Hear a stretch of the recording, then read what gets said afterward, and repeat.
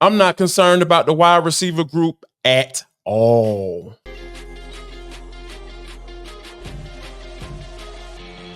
This is Locked On Sports Atlanta, and it's time for the Atlanta Football Party, only on Locked On Podcast Network, your team every day. Welcome into the Atlanta Football Party. I'm Jarvis Davis, and I got my co-host rocking with me today, Brian Gebhardt. And we want to say thank you for making the Atlanta Football Party your first listen today. Remember, we're free and available wherever you download your podcast.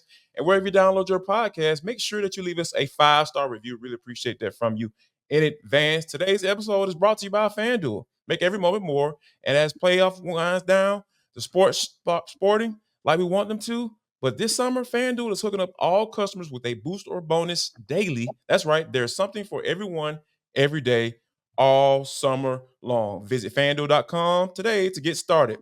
The Atlanta Football Party is also part of the Locked On Podcast Network, your team every day. Coming up on today's show, we'll discuss what this number one ranking really means, and we'll download on KJ Bolden actually living up to the hype. But first, BG, when you think about the Kirby Smart making the decision to go ahead and let RaRa Thomas know that he will be no longer a part of the team, and we kind of understand why, right? Because of the situation with the information may have coming out, him gathering more information, and him not, potentially quote unquote beating that charge.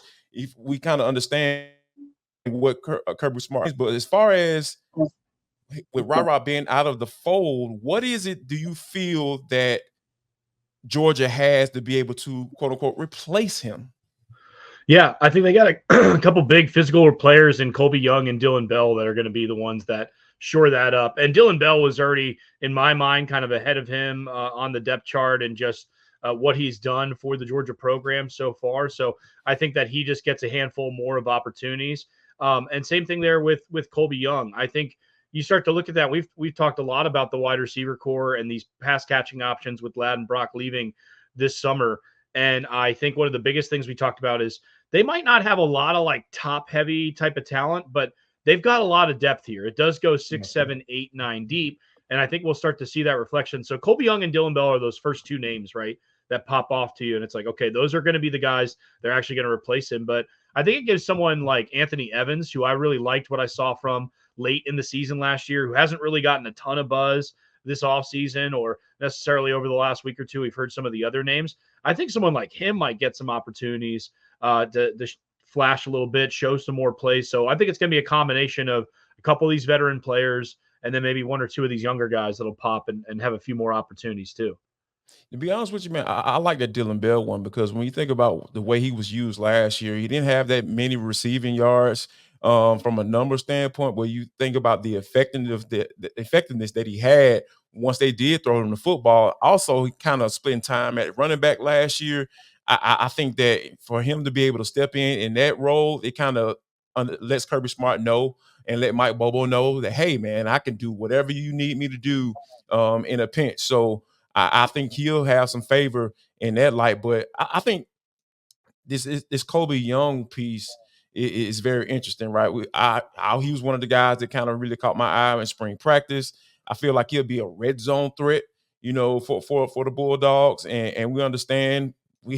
I know how you feel about when it comes to Mike Bobo in the red zone, right? So sometimes he can get a little cute, but I think that with Carson Beck at the helm, I'm not concerned at all about the Bulldogs filling RaRa Thomas's role or filling his numbers or replacing his numbers. So I feel like they're in a really good space. But another guy I want to kind of run something by you is Arian Smith, fifth-year senior.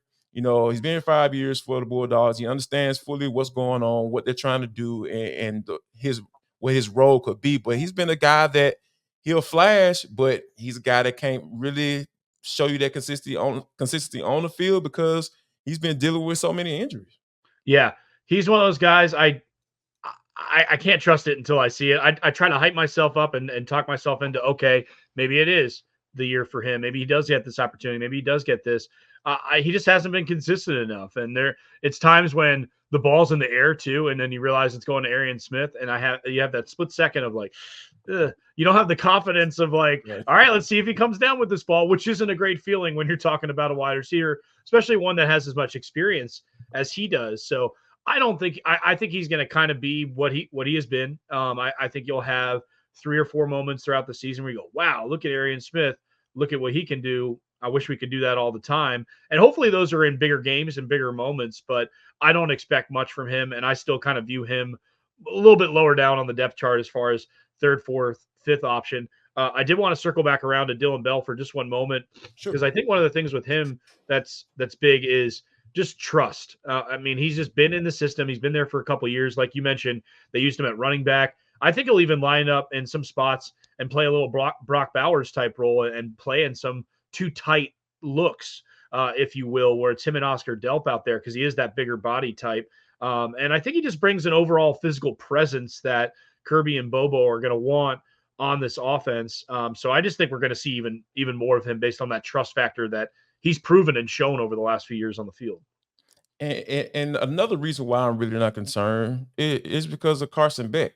You talk about that trust factor, right? We understand the opportunity he has in front of him this year. Like he has the opportunity to be a strong Heisman candidate. He has the opportunity to be the number 1 overall pick in the 2025 NFL draft. So I think that's my level of concern wasn't that high at all, when Kirby brought this news about, and I think that with the how Mike Bobo can evolve this offense with Carson Beck at the helm because he trusts him, he understands what Carson Beck brings to the table. I feel like this is probably gonna highlight Carson Beck's abilities even a little bit more. Yeah, no, 100%. The other thing too is we're 25 days away from this Georgia Clemson game, and it's just one off-season thing after another as far as off the field type of issues. It's like, come on, we're almost here. Let's get here. Let's maybe take some Yeah. Ubers. Maybe don't. Maybe make some good decisions. Like let's good choice this year down the stretch, and you're just hoping because it's just every week, that it's one thing or a follow up on another story or whatever it might be. But your point there about Beck is key. I mean, this is going to be Beck's offense, not necessarily so much as what this wide receiver does or this wide. Of course, you need guys to make plays, but it'll probably be a total sum of the parts versus just 1 or 2 individual stars on this offense as far as the pass catchers go.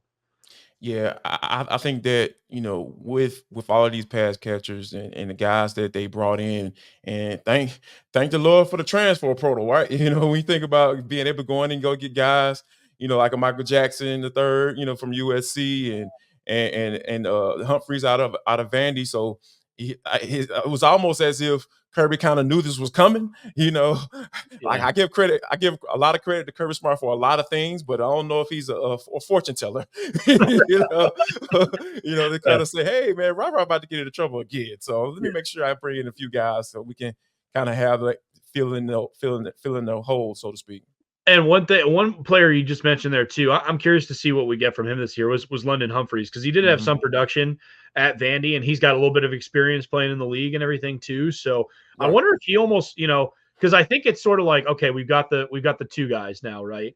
In terms of Dom Lovett, Dillon Bell, and maybe Colby Young's the third. But after that, I think it's pretty open. So it's like, okay, could that be London Humphreys?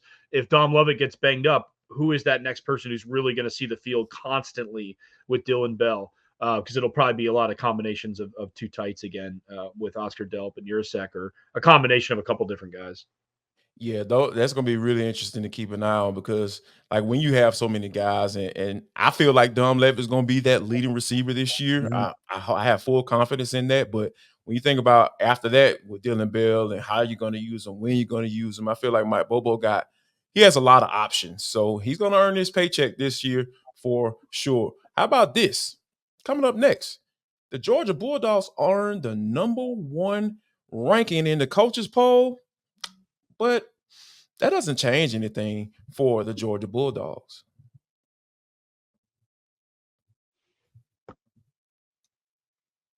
This episode of the Atlanta Football Party is brought to you by FanDuel. FanDuel is the number one sportsbook in America. And if you haven't tried it out, I don't know what you're waiting on. I love sports, guys. I love them so much that I never want them to stop. But as the playoffs wind down, we get fewer games. And the sports aren't sporting like I want them to.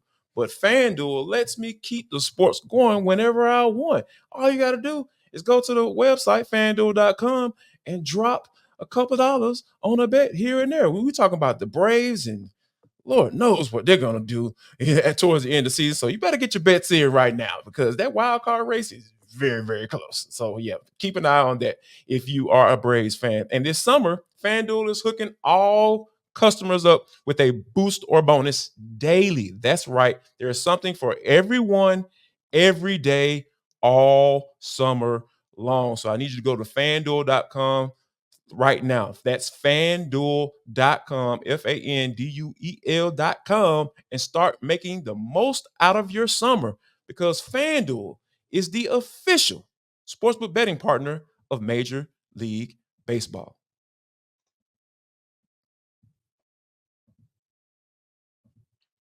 Locked On Sports Today is a free 24/7 sports streaming channel. It is programmed for you every day to bring you the biggest stories without all the screaming. Locked On Sports Today brings you can't miss analysis, opinions, and news streaming 24/7 on YouTube or the free Amazon Fire TV channels app, part of the Locked On Podcast Network, your team every day. Now, BG, one of the things that we understand and we know is that Georgia is a really good football team. And that kind of got confirmation when we found out that they are ranked the number one team in the country via the coaches poll. But the one thing that I am not surprised about that they're sitting at the number one spot. But I really honestly think about it from a mindset standpoint as far as Kirby's message to the team. I really don't feel like this changes anything for them for the 2024 season.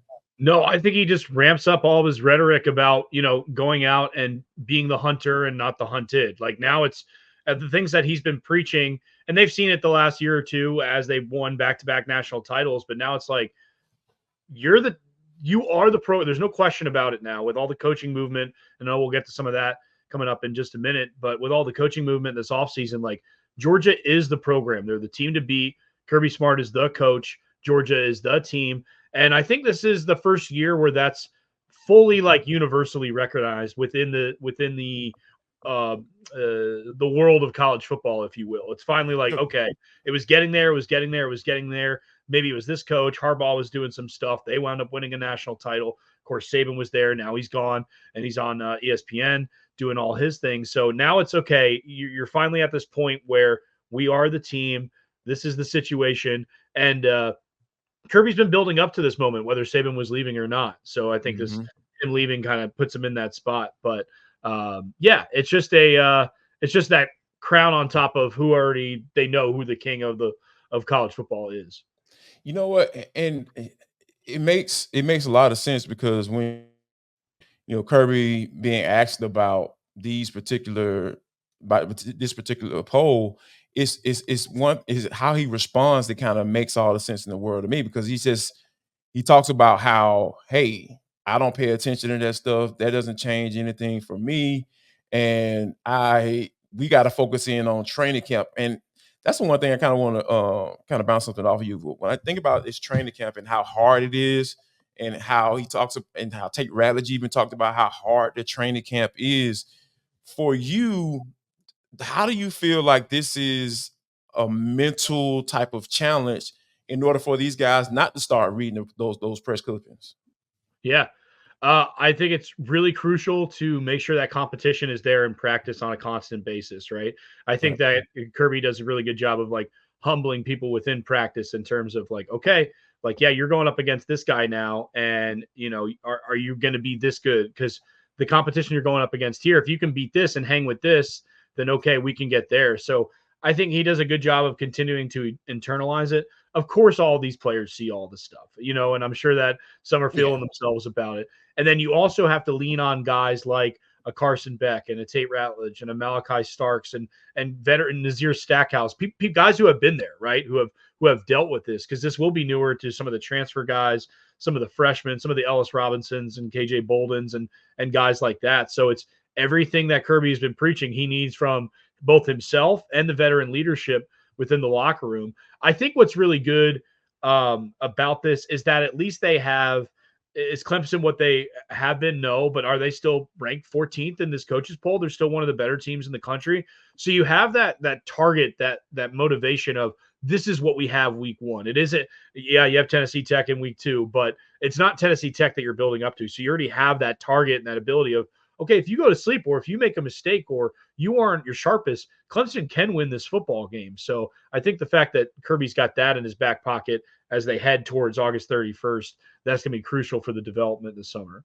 Yeah, and I think that with Dabo Swinney being at the helm and having a couple of national championships on his belt, and even though they haven't been that Clemson that we've come to know them to be with superstar quarterbacks that are going to be number one overall picks or go in the first round of the NFL draft, we know they're not that necessarily that team, but they do have some guys, specifically on that defense, that can cause some havoc. Thankfully, Georgia has an offensive line that's arguably one of the better in the country to kind of combat that. But I feel like, with the names and the head coach over there at Clemson, I feel like Kirby does have some things that he can kind of throw out there. Like, hey, man, if we lose this game, or there's a potential that we could lose this game if you all don't come out here ready to roll.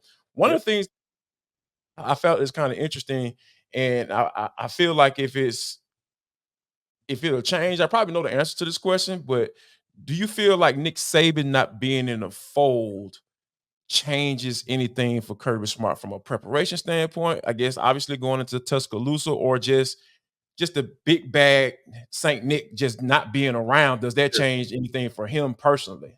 I don't think it changes a whole lot from a prep standpoint. I mean, he might prep differently because he's not going up against a Saban-led team, so it might be a different approach in that sense. But as far as team preparation, I don't think it changes a whole lot. I think what it does is, like we were talking about a few minutes ago, it just kind of clears that runway of, all right, maybe if Saban was still coaching Bama and you have Milroe back and you didn't have a Caleb Downs leave and some other things, like Bama would be right there again at number one or number two. They would have half of these coaches poll split, and they would have all of that. So I think with Saban gone, it leaves Kirby to the fact of, okay, I'm the guy now. And when they have questions about stuff, or they have a thing, you saw it at SEC Media Days, Big Bad Bama Day has now turned into Georgia Day, and when Kirby's going to be there, and he's sort of the sheriff in town and all of that.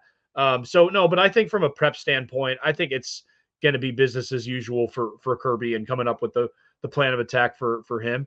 And who knows? I know one of the weirdest dynamics about this whole year is the fact that, I still don't know how this works, where Nick Saban is an analyst still for Bama, but he's on College Game Day. And so like when he has because he was talking about, when he's talking about these coaches and SEC Media Days, and we talked about it a little bit, it's like, how does this work exactly? Like, what do you want these coaches to say? Because you're still helping out Alabama, It'd almost be more interesting with Saban if he wasn't involved with Bama in any capacity anymore, and what he would offer to a Kirby or another coach or a Sark or someone that's come underneath the Saban umbrella, like how much they would pick his brain about it. So it's interesting that he's kind of stayed in the spot that he's in. And I don't really know how, like, legally speaking that works, but it should be a storyline heading into the game at Tuscaloosa that Saturday night. Just think about all of the big time coaches that have gotten fired and gone down to Alabama to be, an analyst. And how Will Muschamp, when he first came on, he got let go. He came on the staff, and analysts can be very valuable, especially a guy who's won 7 national championships. I think he could be valuable as well. He can give you some pointers.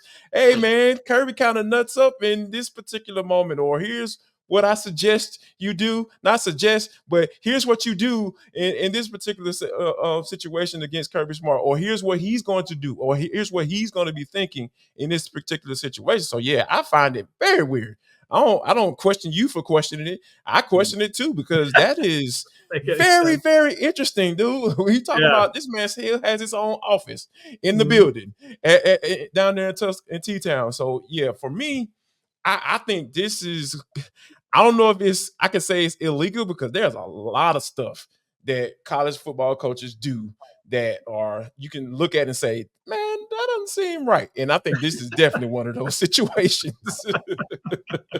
No, I fully agree with that. It would be, you bring up a good point with it always being like the rehab spot for coaches, Bama. Right.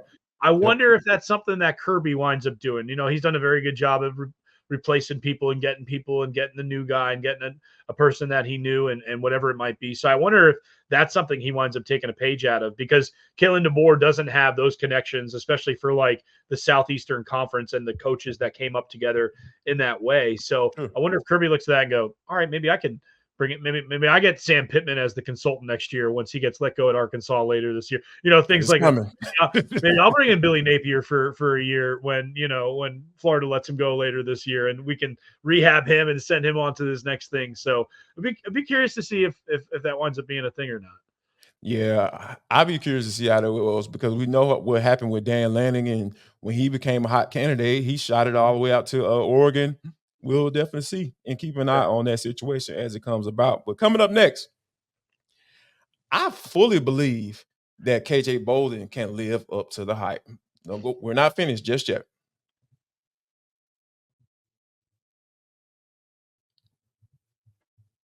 This episode of the Atlanta Football Party is brought to you by eBay Motors. Folks, let me tell you, passion, drive, and patience, the formula for winning championships, is also what keeps your ride or die alive. And when you have a situation where you need a part, I'm telling you, I've never forget when I needed a headlight, because they were trying to charge me $200 to dog replace my headlight at the dealership. And I said, you know what? I'm good on that. I'm not going to do that. Here's what I'm going to do. I'm going to go to eBay Motors, because they have everything you need to maintain your vehicle and level it up to peak performance, from superchargers, roof racks, exhaust kits, LED headlights, and more. Whether you're into speed, power, or style, eBay Motors has you covered. With over 122 million parts for your number one ride or die, you'll always find exactly what you're looking for.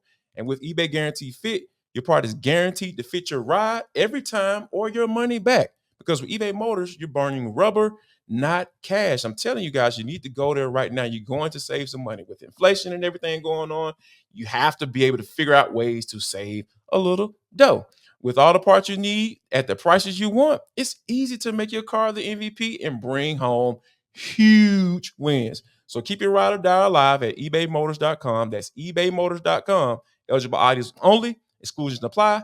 eBay Guaranteed Fit only available for U.S. customers.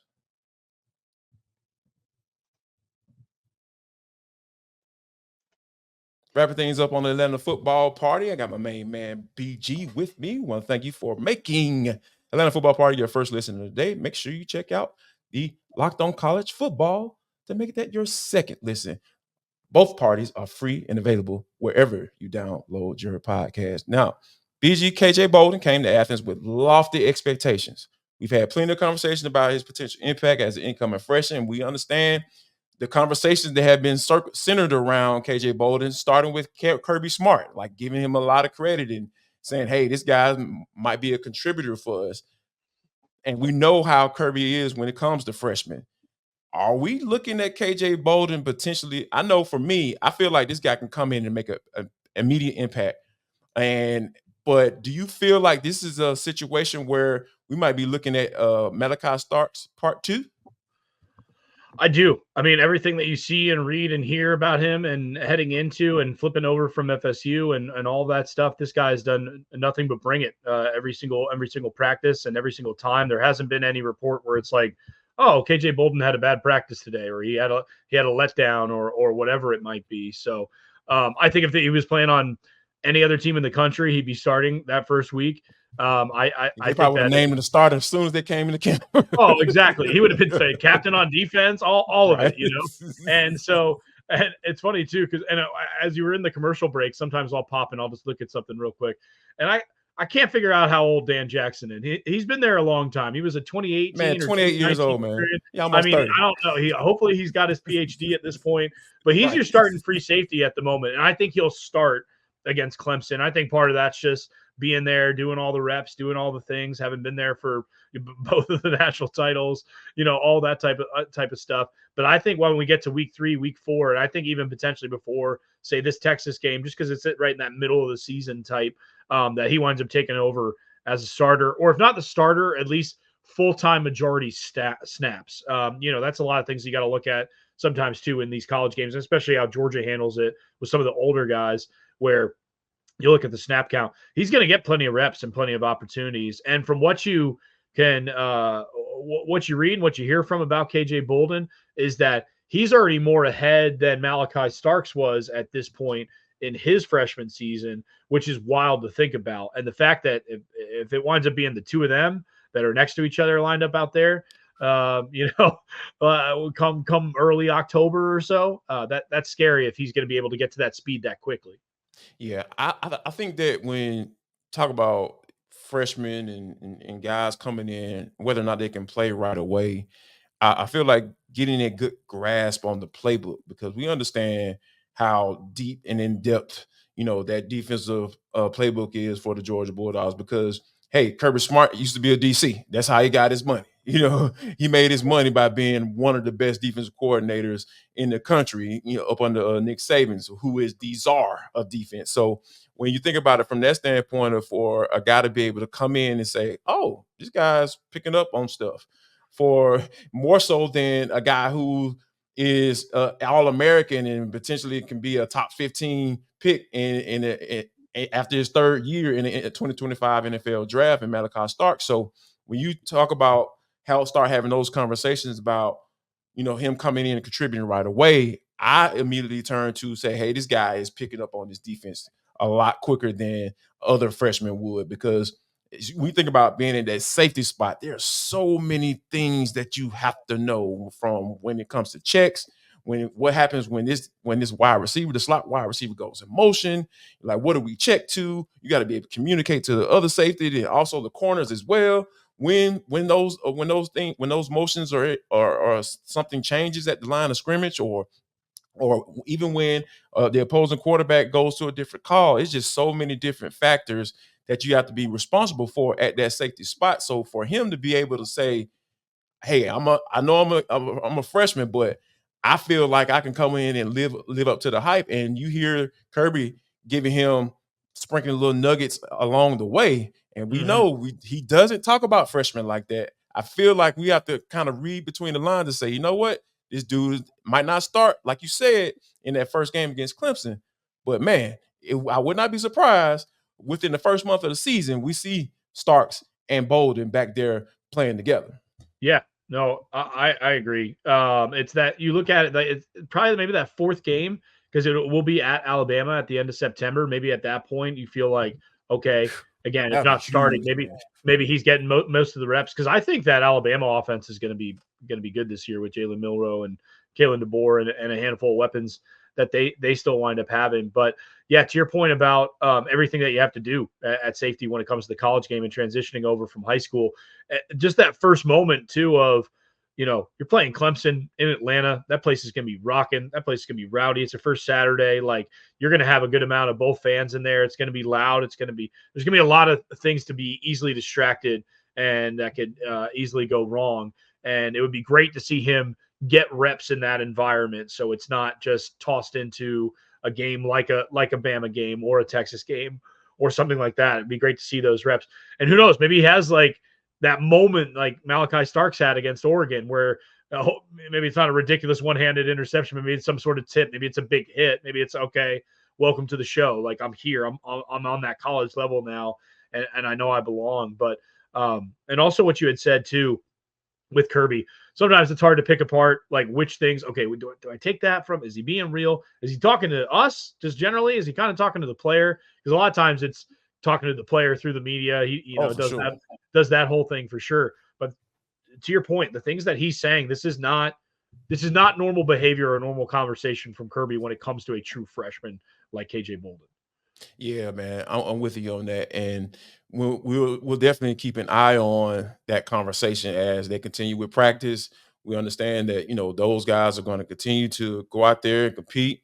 and use every other cliche as they go through camp and get ready for the Clemson Tigers. Before we get out of here, man, I gotta mention this. Georgia landed another commitment from another 4-star offensive lineman. This is the first tackle in the 2025 class. BG, 6'8", 330 pounds. Where are they getting these kids? Out of Westlake. Where is this? Where is this? And that's just the average size now. It's so crazy. It's so crazy. Man. I don't know how this happens, but it's nice to get that first offensive tackle. That'd be the first of 18 that they got for the offensive line group. That's just the first one that's decided to say yes for that 2025. But yeah, man, these are some big boys. These are some big boys going through.